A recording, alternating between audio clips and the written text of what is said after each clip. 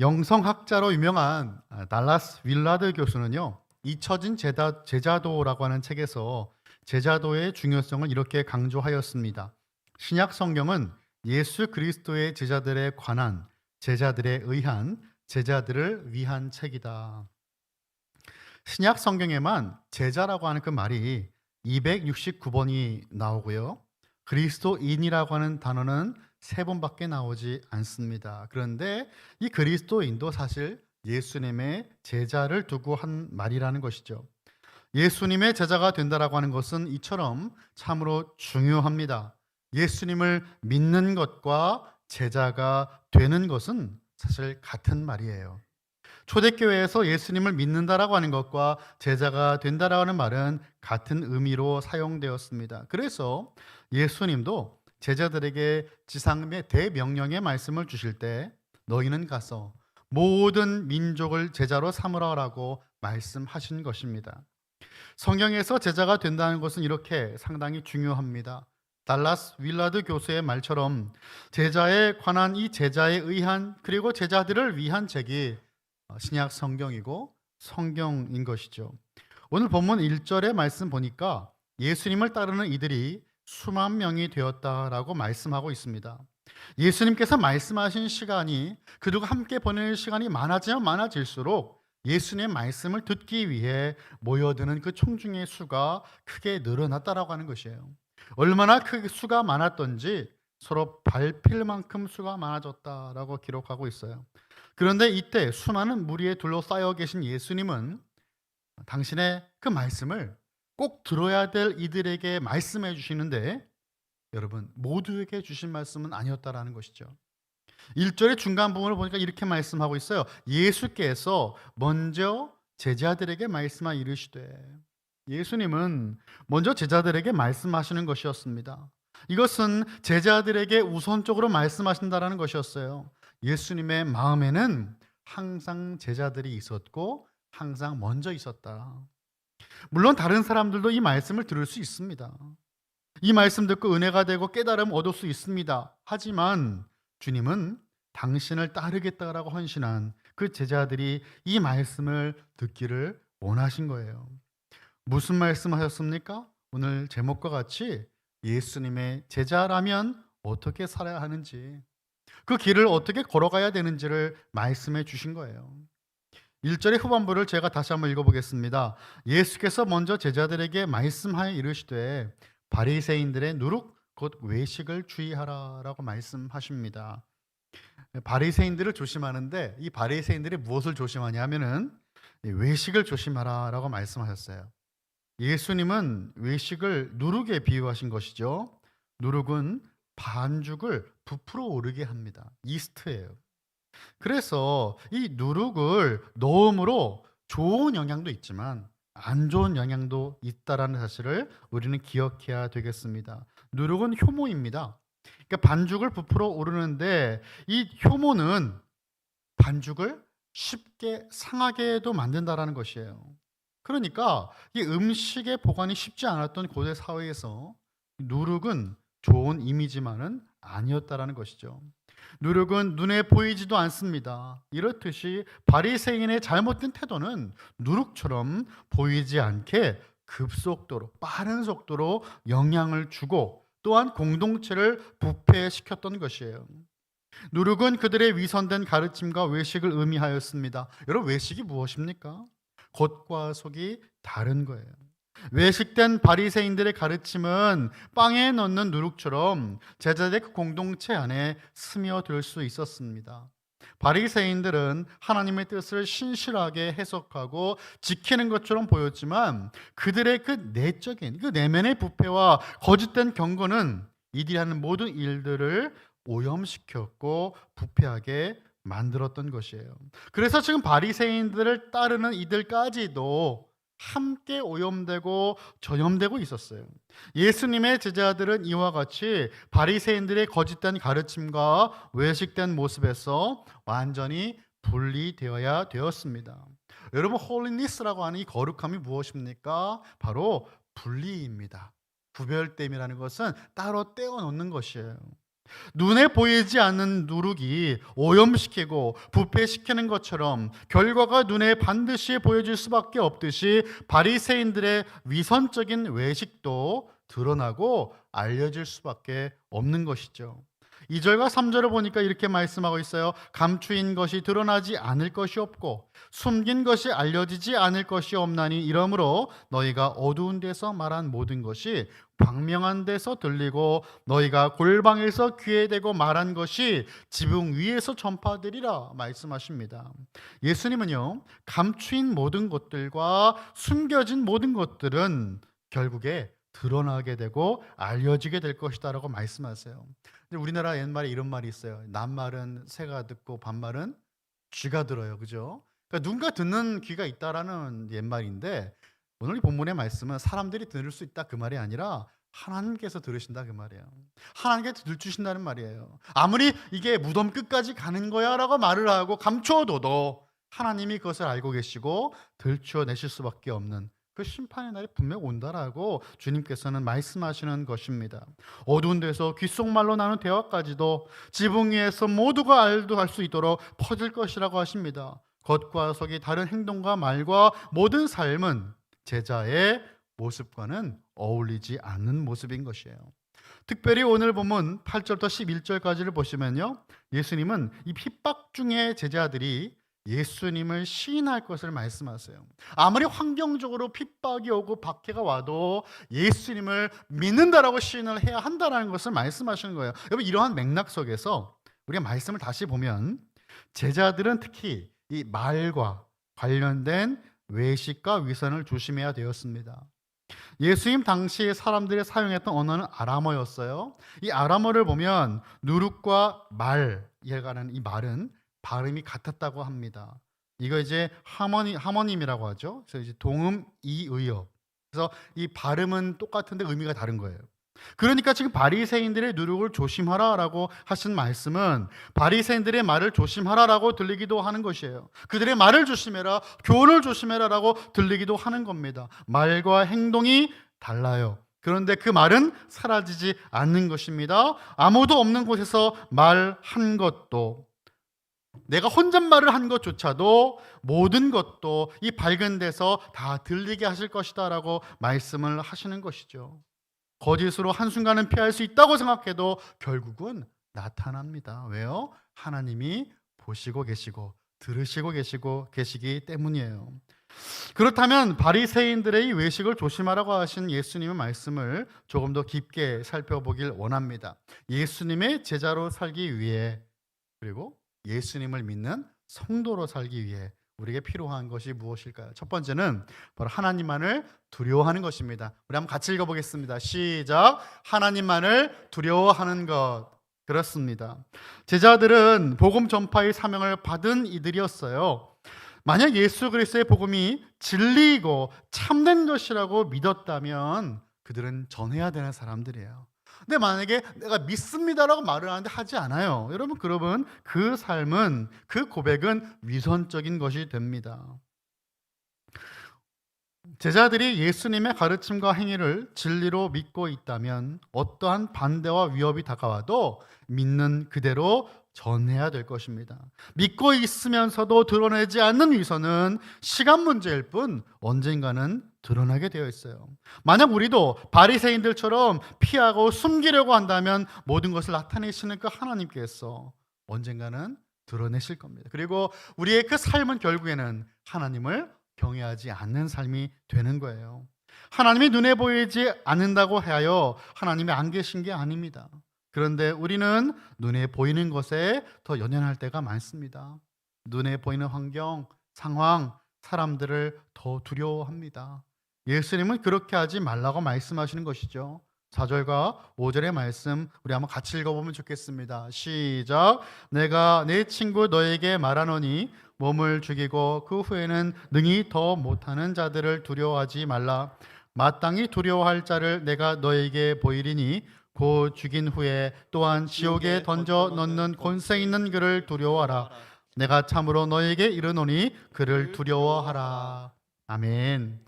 예수님은요, 이 제자들에게 뭐라고 불러주시냐면은 내 친구 너희에게라고 말씀하셨어요. 근데 여기서 지금 친구라고 하는 그 말을 우리가 지금 사용하는 친구로 사용하시면 안 되고 그 당시에 이 말을 어떻게 사용했는지를 봐야 됩니다. 그리스 로마 문화에 비춰 본다면 친구는 로마 황제가 총애하는 충신들을 가리키는 말로 사용되었습니다. 요한복음 19장 12절을 보시면요. 유대인들이 예수님을 놓아주려는 그 빌라도에게 예수님을 놓아주면 빌라도는 가이사의 충신이 아니라라고 외칩니다. 그래서 가이사의 충신을 원어로 보면 이 충신은 이제 필로스라고 하는 단어예요. 이 말은 친구라는 말입니다. 그러니까 가이사의 친구가 아닐 겁니다라고 외치는 거예요. 이 가이사의 친구는 가이사의 보호 아래 있는 자들입니다. 가이사의 친구들과 관계를 맺는 사람들은 이 가이사의 충신, 친구, 그의 말을 충성되게 듣는 사람이에요. 마찬가지로 예수님의 친구는 예수님께 보호를 받는 이들이죠. 그런데 그들 어떤 사람이라고요? 예수님의 충신입니다. 충신. 어떠한 절망적인 환경에서도 주님의 도움을 받을 수 있는 사람이에요. 예수님의 친구인 저와 여러분이 예수님 앞에 믿음으로 충성되게 세워주시기를 축원합니다. 그런 믿음은 충성과 같은 말이잖아요. 피스티스, 이 말은 믿는다와 이 페이스풀니스라고 하는 충성은 같은 말이에요. 믿음직한 모습, 충성된 모습, 바로 제자의 모습입니다. 예수님은 우리 모두를 친구로 불러주셨습니다. 그리고 이어서 예수님은 친구인 제자들에게 몸만 죽일 수 있는 자들을 두려워하지 말라라고 말씀하셨어요. 몸만 죽이는 자들은 죽음 이후에 더 무서운 행위는 할 수 없다라고 말씀하시는 겁니다. 제자들이 참으로 두려워해야 될 분은 죽음 이후에 지옥에 던져 넣을 수 있는 분, 곧 하나님이시죠. 하나님을 두려워하라, 그 말씀 하시는 거예요. 지옥은 사람이 하나님의 심판을 받고 던져지는 최고의 장소입니다. 예수님은 5절에서 그 사람을 죽인 그 후에 그를 지옥에 던져 넣는 권세가 있는 분을 두려워하라라고 말씀했어요. 그리고 이어서 또 그를 두려워하라라고 반복하며 말씀하십니다. 두려워하라, 또 두려워하라. 2번 반복이에요. 중요하다 그 말입니다. 예수님은 지금 제자들의 그 외부적인 핍박을 받는 상황을 전제로 말씀하고 계신 거예요. 심지어 목숨을 잃을 수도 있는 상황입니다. 이런 상황에서 두려워하는 것은 당연해 보여요. 그렇지만 제자들을 핍박할 사람들보다 더 강하신 분이 계시는데 그분이 바로 하나님이시다라고 예수님 말씀하시는 겁니다. 사람의 위협보다 더 우리가 두려워해야 될 것이 있다면 그것은 바로 하나님의 심판이다 말씀하시는 것이죠. 4절과 5절에서 하나님을 두려워하라라고 말씀하신 예수님은 이제 6절과 7절을 넘어가면 두려워하지 말라라고 또 말씀하십니다. 여러분, 이게 왜 그럴까요? 6절과 7절도 같이 읽어보겠습니다. 시작. 참새 5마리가 2아사련에 팔리는 것이 아니냐? 그러나 하나님 앞에는 그 하나도 잊어버리시는 바 되지 아니하는도다. 너희에게는 심지어 머리털까지도 다 세신 바 되었나니 두려워하지 말라. 너희는 많은 참새보다 더 귀하니라. 아멘. 하나님만 두려워하라고 말씀하신 예수님은 다시 두려워하지 말라라고 말씀하시는데 무엇을 두려워하지 말라고 할까요? 우리가 지금 두려워하는 그것들 두려워하지 말라고 말씀하시는 거예요. 제자들이 믿는 하나님은 그들의 아버지가 되십니다. 그리고 제자들을 보호하신 하나님이 되시는 거예요. 예수님은 그런 하나님이 계시니까 아무것도 두려워할 필요가 없다라고 말씀을 하시는 것이죠. 예수님은 하나님의 성품을 묘사하기 위해서 이 작은 것들을 좀 소개하고 계세요. 작은 것이 무엇이냐면 첫 번째는 바로 참새를 말씀하시는 거죠. 그 참새 한 마리도 기억하시는 하나님을 말씀하십니다. 작은 참새도 귀하게 여기시는데 하물며 하나님의 형상으로 창조된 우리들을 귀하게 여기지 아니하시겠느냐라고 말씀하시는 겁니다. 참새 한 마리 죽는 거 사람 눈알 깜짝 안 할 거예요. 근데 하나님은 그 작은 미물도 보호하시고 그 하나님께서 돌보신다는 것이죠. 참새보다 훨씬 더 귀한 제자들을 기억하시고 참으로 그들을 존귀하게 여기신다라고 우리 주님 말씀하시는 거예요. 여기서 끝나지 않아요. 또 작은 게 등장합니다. 무엇일까요? 머리털이 나오는 거예요. 머리털. 하나님은 우리들의 머리털까지 세시는 하나님이시다라는 거죠.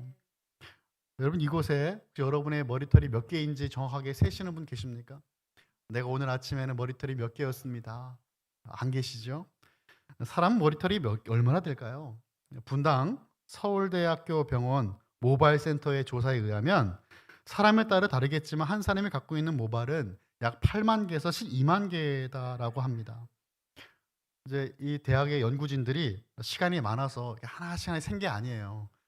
이게 이제 그 두피의 어떤 면적을 계산하면서 계산한 거죠. 그래서 면적당 몇 개 해서 얻은 수가 8만에서 12만 개다라는 것이죠.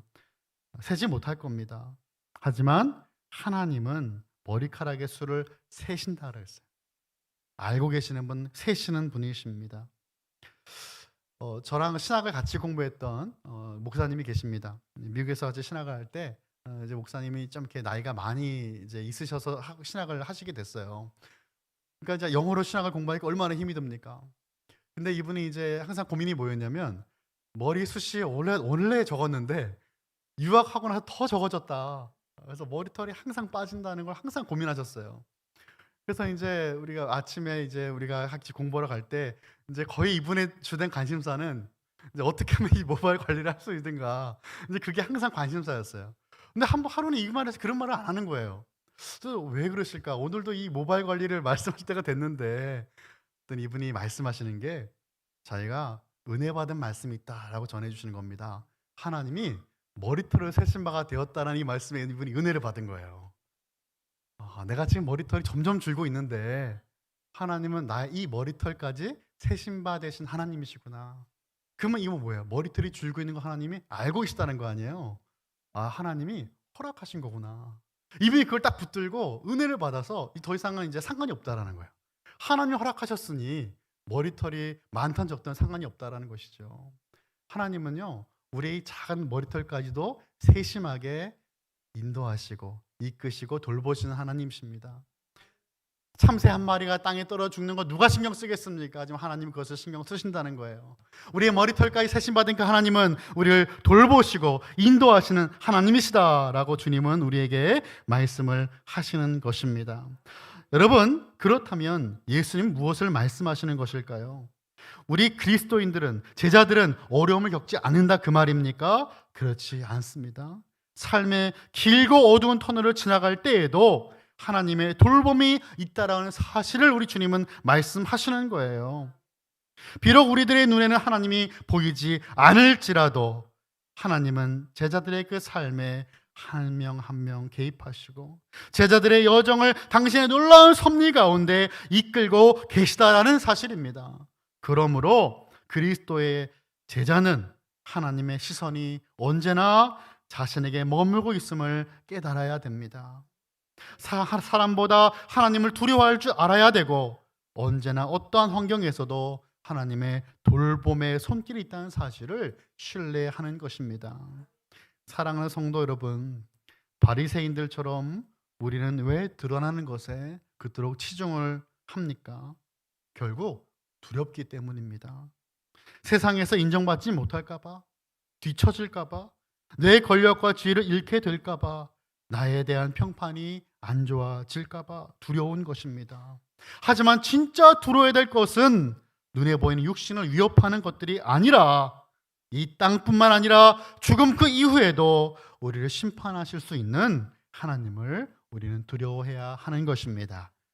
자, 두 번째, 그러면 제자라면 어떻게 우리가 또 살아야 될 것이냐? 바로 예수 그리스도를 시인하는 것입니다. 한번 또 같이 읽어보겠습니다. 시작. 예수 그리스도를 시인하는 것. 그렇습니다. 8절과 9절의 말씀은 제가 읽어보겠습니다. 내가 또한 너에게 말하노니 누구든지 사람 앞에서 나를 시인하면 인자도 하나님의 사자들 앞에서 그를 시인할 것이요 사람 앞에서 나를 부인하는 자는 하나님의 사자들 앞에서 부인을 당하리라. 아멘. 하나님의 돌보심을 강조하신 예수님은 이제 인자이신 그 예수 그리스도에 대한 제자들의 태도가 어떠해야 되는지를 말씀하십니다. 여러분 8절부터 10절까지를 보니까요, 이 지상에서의 행위가 하늘 법정에 어떻게 영향을 미치는지 이 땅과 하늘의 대조를 말씀하고 계세요. 누구든지 사람 앞에서 인자를 시인하면 인자이신 예수님도 하나님의 그 천사들 앞에서 그 사람을 시인하실 겁니다. 반대로 사람들 앞에서 인자를 부인하는 자는 하나님의 천사들 앞에서 예수님도 그를 부인하실 것이다 라는 거예요. 여러분, 8절 9절은 하늘 법정의 모습을 우리에게 그대로 보여주십니다. 하늘 법정에서 재판장이신 하나님이 천사들과 함께 나타나시죠. 그리고 예수님은 바로 우리의 변호사로 나타나십니다. 지상에서 고난 중에 신앙을 고백한 자를 변호하시고 예수님을 부인하는 자를 외면하신다라는 거예요. 재판은 종말의 이제 마지막 날에 집행이 될 겁니다. 예수님의 재림 때인 종말의 시간이 다가오면 지상에서 살아온 그 삶과 반대의 결과가 나타나게 되는 거예요. 지상의 사람들 앞에서 예수님이 시인하면 고난과 박해가 심해집니다. 피할 수가 없을 겁니다. 하지만 종말의 때에 하늘 법정에서 내려진 결과가 반대예요. 예수님이 인정해 주신다라는 거예요. 그러므로 예수님의 제자들은 종말의 그 관점, 하나님 나라에 대한 소망을 갖고 오늘을 살아갈 수 있어야 되겠습니다. 무엇보다 핍박과 같이 앞이 보이지 않는 그 현실에 놓일수록 더욱더 우리의 시선은 하나님 나라에 고정되어 있어야 됩니다. 여러분, 우리는요, 스데반 집사가 하늘 법정에 계신 그 예수님을 바라보며 순교했던 사도행전 7장의 말씀을 기억합니다. 이처럼 예수님의 제자들은 미래에 주어질 하나님의 반응과 심판과 상급을 생각하면서 오늘을 살아야 되는 거예요. 그렇다면 예수님 한번 부인하고 부정한 자 기회가 없습니까? 10절의 말씀 보니까 누구든지 말로 인자를 거역하면 용서받을 수 있다라고 말씀하시는 거예요. 예수님의 제자 시몬 베드로가 대표적인 예가 되죠. 베드로는 3번이나 예수님을 부인하고 예수님 모른다고 저주까지 하였습니다. 하지만 주님은 그를 다시 세우시는 거예요. 3번을 부인하니 3번의 사랑 고백을 시키셨어요. 주님을 사랑합니다. 주님을 사랑합니다. 내가 주님 얼마나 사랑하는 주님께서 알고 계십니다. 온전한 회복을 주시면서 사명을 주셨어요. 제자들을 세우고 또한 주님의 교회를 세우는 사명을 베드로는 받았고 끝까지 그는 그 사명을 잘 수행하였습니다. 그런데 용서받지 못한 죄가 있는데 그것은 성령을 모독하는 죄라는 것이에요. 10절의 후반부입니다. 성령을 모독하는 자는 사하심을 받지 못하리라. 성령을 모독하는 행위는 무엇일까요? 성령을 통한 하나님의 구원 행위 자체를 부정하는 것이다. 무시하는 것입니다. 결국에는요, 예수님을 믿지 않는 겁니다. 예수님을 믿는지 믿지 않는지는 핍박이 오기 전에는 알 수가 없겠죠. 그 신앙이 참인지 거짓인지 드러나지 않게 되는 거예요. 핍박과 위협이 닥칠 때 마지막이라도 돌이키고 예수님을 믿는다면 감사한 일이지만 그렇지 않고 끝까지 하나님을 부정하고 예수님을 믿지 않는다면 그는 불신앙 가운데 남겨지는 것입니다. 이는 구원의 길로 돌이킬 수 없기 때문에 용서받지 못하는 것이에요. 사람 앞에서 하나님을 인정하고 하나님 보내신 인자이신 예수님을 인정하는 것이 바로 신앙이죠. 이것이 자신의 목숨을 위태롭게 하는 어떤 결정이라 할지라도 예수 그리스도를 인정하며 시인하는 것은 제자의 성도의 마땅한 모습입니다. 자, 마지막 3번째는 바로 성령님을 신뢰하는 것입니다. 또 한번 같이 읽어보겠습니다. 시작. 성령님을 신뢰하는 것. 그렇습니다. 성령님을 언급하신 예수님은 제자들과 성령님의 관계를 설명해 주세요. 11절과 12절인데 또 제가 한번 읽어보겠습니다. 사람이 너희를 회당이나 위정자나 권세 있는 자 앞에 끌고 가거든 어떻게 무엇으로 대답하며 무엇으로 말할까 염려하지 말라. 마땅히 할 말을 성령이 곧 그때 너에게 가르치시리라 하시리라. 아멘. 이제 주님은 구체적으로 성령님께서 어떻게 도와주실지를 말씀하시는 거예요. 여러분, 지금 제자들이 처해진 그 상황이 어떠한 박해와 고난을 당할 것을 항상 염두에 두고 주님 말씀하시는 거잖아요. 유대인과 로마의 법정, 세상의 법정에 서게 될 상황을 주님 예상을 말씀하고 계세요. 어떻게 무엇으로 대답하며 무엇으로 말할까 염려하지 말라라고 구체적으로 알려주고 계세요. 그 이유가 무엇일까요? 마땅히 할 말을 성령님께서 그때가 되면 가르쳐 주실 것이다 라고 말씀하시는 거예요. 이것은 일상적인 상황이 아니라 우리가 위기의 상황에 몰렸을 때 무슨 말을 할 것인지, 어떻게 할 것인지를 성령께서 도와주실 것이다 라는 말씀입니다. 느헤미야가 왕 앞에 나갈 때 그랬어요. 다니엘이 왕 앞에 설 때 그랬습니다. 갑자기 전혀 생각하지 못한 순간에 복음을 나누고 예수님을 증거해야 되는 순간이 찾아올 것입니다. 아무런 준비가 되어 있지 않을 때도 있을 것입니다. 하지만 우리가 믿고 사랑하는 예수 그리스도를 성령께서는 기억나게 하실 것이고 가르쳐 주실 것이고 인도하실 것이에요. 여러분, 베드로전서 3장 15절의 말씀처럼 자기 속에 있는 그 소망에 대한 이유를 묻는 자에게 대답할 것을 우리는 항상 준비해야 되겠습니다. 그 순간 놀라거나 당황하지 않아도 됩니다. 낙심하거나 흥분할 필요도 없어요. 무엇으로 말할까 염려하지 말라. 마땅히 할 말을 성령이 너에게 가르쳐 주실 것이다 라고 말씀하시는 주님의 약속을 믿는 겁니다. 성령님을 확신하고 신뢰하는 거예요. 나와 함께 하신 성령님을 믿는 겁니다. 여러분, 이것이 바로 신앙이에요. 내일 우리가 어떤 일이 벌어질지 몰라요. 하지만 하나님은 나에게 가장 좋은 것을 주실 것이다 믿는 겁니다. 하나님이 알려주실 인도하실 것이다 라고 신뢰하는 것입니다. 말씀을 맺겠습니다. 예수님의 제자라면, 예수님 믿는 성도라면 사람들보다 하나님만을 두려워하며 하나님만을 바라봐야 될 것입니다. 어떠한 상황과 환경에서도 예수님을 시인하며 증거해야 되겠습니다. 매 순간 성령님께서 함께 하시며 우리를 도우시고 이끄신다는 그 사실을 신뢰해야 되겠습니다. 예수님을 믿는 사람은요, 예수님의 제자는요, 세상 사람들과 동일한 걱정과 근심으로 살아갈 수가 없습니다. 우리는 무엇을 먹을지, 무엇을 마실지, 무엇을 입어야 될지, 어디에 살아야 될지 걱정하는 것, 우리랑 어울리지 않는 거예요. 주님은 우리에게 염려하지 말고 오직 감사함으로 하나님께 우리의 필요를 아뢰라라고 말씀하십니다. 성도 여러분, 염려와 믿음은 상극입니다. 우리가 믿는다면 염려하지 않습니다. 염려하면 믿음이 사라집니다. 항상 예수 믿는 사람답게 하나님만을 신뢰하며 성령께 나를 맡기고 주님께 나를 도와주시는 확신과 신뢰를 갖고 담대하게 살아갈 수 있는 저와 여러분, 칼빈의 모든 가족들 다 되시기를 예수님의 이름으로 축원합니다.